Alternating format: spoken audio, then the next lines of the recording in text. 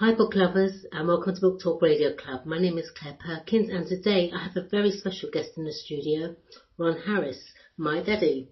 Having caught the writing bug after publishing an evacuee's experience, Ron has written and published his second book, My Life, My Story, a fascinating memoir telling his experiences from the grime and poverty of London's East End leading up to World War II, to owner and founder of the UK's most successful niche tour operator, specialising in ranching activity holidays in the in the USA.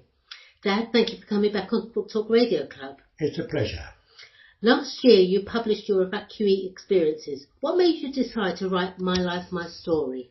Actually, it was you who started the business off of writing My Life Story.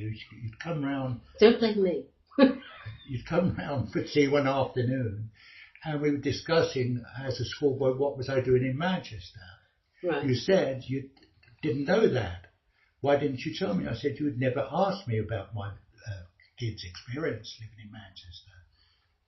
Okay, so you were born in 1932 in London's East End. The difference between then and now must be like chalk and cheese. What was it like living there then? Oh, a massive difference. When I was a kid living in the East End, we were all poor. There was no difference in lifestyle. We were all poor. Parents would come down and play cricket, football with us. I think one of the biggest differences now in the East End is when I was a kiddie, I never heard the sound of a motor car. All I heard was horses' hooves and road dealers coming around selling their wares. Right. Now, of course, there's all sorts of noises. And most important of all, the population of the East End has changed. Where it was Jewish, it is now Bangladeshi and Somali. You became a London cab driver in your late teens, and you talk about the knowledge and the tests you had to take in order to be a licensed black cab driver. What is the knowledge? Can you explain that? Certainly. When you applied to become a London taxi driver, you were first of all checked out by the police to make sure that you are a good character. You were then given a book with 400 journeys in that book. And you are expected to go round and do every one of those trips on bicycle. Nowadays, people go round by motorised transport. I did it on a push bike, and it was a very enjoyable time, but very hard. But there was there still is over 20,000 streets in London, squares, alleyways, lanes, or what have you. You had to memorise all the 400 journeys? We had to memorise the 400 journeys. It is said that a London taxi driver, and I'm talking about a black taxi driver, has more brain power than some of the scholars in Oxbridge. You met and then married Evelyn, my mum, in 1960, but had plenty of resistance from your family to the match. Why was that? It goes back to ancestry. The Jewish tribes, if you like, were made up of people who were Ashkenazi from Eastern Europe and Sephardi from Western Europe, Spain and Portugal. There was always a problem between the two races. Although we were Jewish, there was always a problem. My mother hated the Ashkenazis. No doubt about that. It was horrible. So then Mum came from there. Mum was Ashkenazi and your family were Sephardi Jews? Yes. Right, okay. And your mother had the dead needle to all the Ashkenazi? Oh, absolutely. Hated them. Why was that? I don't know. There's still the trouble, actually, although it's not so to the fore now, but there's always been this problem that the Ashkenazis, the Sephardis looked on the Ashkenazi as the poor of the tribe. But the poor of the tribe came eventually overtaking the Sephardi with their wealth, their knowledge and so on. Okay, right. I remember as a little girl going with you to meet coachfuls of school children and being proud that my daddy was teaching these kids all about London's history. By this time you'd given up being a cab driver and started a new company called New London Tours. How did that come about? It all came about many years ago. I worked for a company in Charing Cross Road, London, as a guide. I met a school group in Marylebone Station years ago. Marylebone was a very important hub on the rail network. Anyway, I met this group of kids organised by this company in Charing Cross. Did a wonderful trip for these drivers and for these kiddies. And they went home, and I'm sure they were all happy. About a year later, I got a letter from the headmaster thanking me for past tours. Could I arrange another tour for his school, which I gladly did. And that's how New London came about. Oh, right. And then New London Tours became New London and Continental Tours, taking school children on trips not only to learn about London's history, but also across the English Channel to northern France, Germany, Belgium and Holland. It was an extremely successful business, but eventually went downhill due to no fault of your own. What happened? It was something to do with the miners' strike? Yes, most of the business which we carried out under the New London flag were from schools from the Midlands and the north of England, even as far as Scotland, mainly communities of the coal mining communities. And of course, when the strike came about with the coal miners and so on through the Mrs. Thatcher period, all the schools cancelled the trips. And of course, we had the 3-day week, which was also a follow-up of, or a predecessor to Mrs. Thatcher, where the miners were on strike. Everybody was on strike. Right, so there was no money for the miners to pay for their kids to go on holiday? Absolutely. Consequently, there was no income.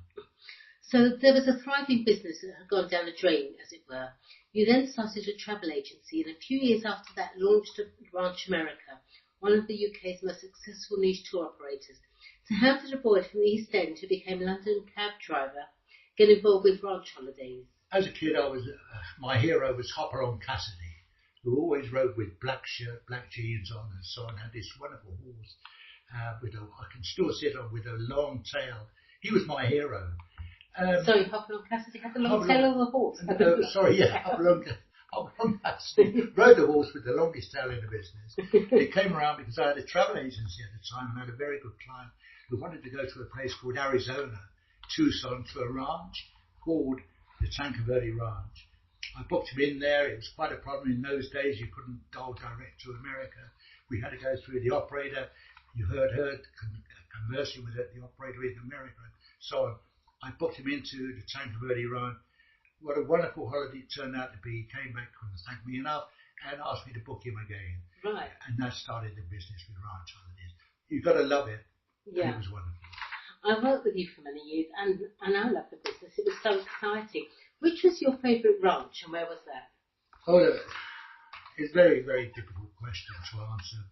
I would imagine the Tanque Verde Ranch and the White Stallion Ranches in Arizona and the Triple Creek up in Montana. Absolutely wonderful. These ranches, one gets the image of people sitting around a log fire eating baked beans and coffee. That is not the scene. Like blazing saddles. Yes, it is not the scene.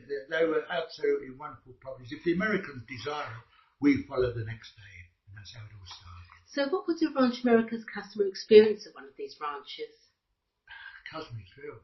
They just could not. And again, repeating what I said earlier, that they came on these ranches expecting to be a cowboy and a cowgirl. Everybody's dream is to be a cowboy and a cowgirl. I fulfilled that dream. They got the experience of going out on cattle drives, running up cattle and so on. Eventually you decided to retire and sell Ranch America. It must have been very hard as you put so much energy into building up a fabulously successful company. It was a successful company. I love doing the business. I love speaking to the Americans. I found them great people to deal with. You're not talking about people from New York or Los Angeles, Chicago. You're talking from these states like Wyoming, Colorado and Montana. Wonderful people to deal with, very honest people, didn't mislead me or anything like that. We both trusted each other. And it must have been hard for you to let go of it in the end. It was very difficult. Even today, it was 12 years ago that I sold the business. Even today, I still check out the company on the internet. So it's been 12 years since you retired, but perish the thought that the ever-energetic Ron Harris should sit in an armchair for the rest of his life. You have now come almost full circle by taking members of the WWII, which is the University of the Third Age, on guided history tours around London. You have all these octogenarians hanging on to your every word and laughing at your jokes. What is it about London that you love so much? It's a wonderful city. It's probably, in my opinion, the greatest city in the world. I've been to and been fortunate enough to visit many capital cities. But London has got so much to offer. It's really a mixture. It's a stew pot of different buildings, of different lanes, of different roads, different streets and so on. And of course the history of London goes back to 2,000 years and so on. A wonderful city, and I'm proud of being a Londoner. Lastly, how would you sum up the first 85 years of your life? Wow. It's been a roller coaster at times. I've been through a world war. I've lived under the fear of an atomic bomb being dropped. I've moved up and down the country with my family. I came from a broken home.